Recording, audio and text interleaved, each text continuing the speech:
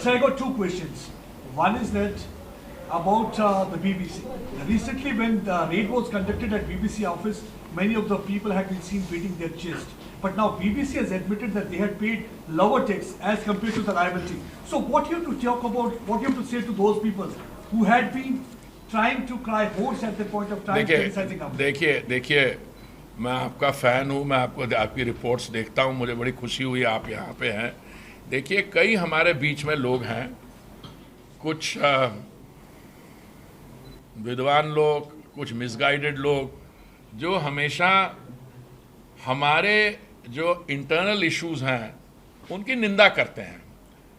एक व्यक्ति है, मैं आप नाम नहीं लूँगा पर आप समझ जाएंगे, कोई एक पत्रकार कोई स्पियोनाज में, स्पाइंग में उसके जाल में आ गया है तो उसको वो फ्रीडम ऑफ द प्रेस का इशू बना रहे हैं।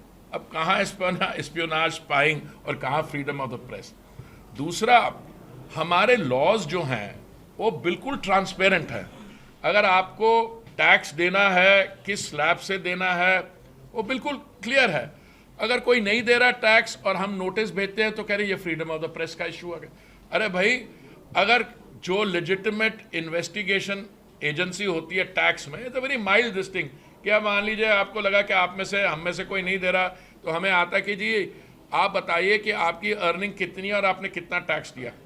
ये बड़ा इनोकुअस नोटिस है और उस पर इन्होंने हल्ला मचाना शुरू कर दिया कि आप प्रेस की जो फ्रीडम है। देखिए मैं आपको विश्वास दिलाना चाहता हूँ, हमारी जो डेमोक्रेसी सिर्फ दुनिया में सबसे बड़ी और रोबस्ट डेमोक्रेसी नहीं, मदर ऑफ डेमोक्रेसीज, पर अगर हम चाहें भी तो हम डेमोक्रेसी को एरोड नहीं कर सकते। क्योंकि आप जैसे, आप देखिए अब कितने नंबर्स में आप हैं, आप सवाल पूछेंगे और जो भी सत्ता में होगा उसका जवाब देना पड़ेगा। और इसलिए बीबीसी का जो आपने इंसिडेंट लिया, मैं उसमें डिटेल में नहीं जाना चाहता हूँ क्योंकि उन्होंने पीछे कुछ उनके एक्शंस ऐसे थी कि उससे ये जाहिर होता था that they were in the hands of people with an agenda on India. ठीक है, हमारी जो society, it's an open society, जिसका मन में आए सुबह उठ के जिसको मर्जी गाली दे दे। Defamation laws apply after a point, पर मैं तो अपना अनुभव बताता हूँ। मैं रोज़ सुबह उठता हूँ और ढूंढता हूँ कि कौन से बुद्धिजीवी व्यक्ति ने मुझसे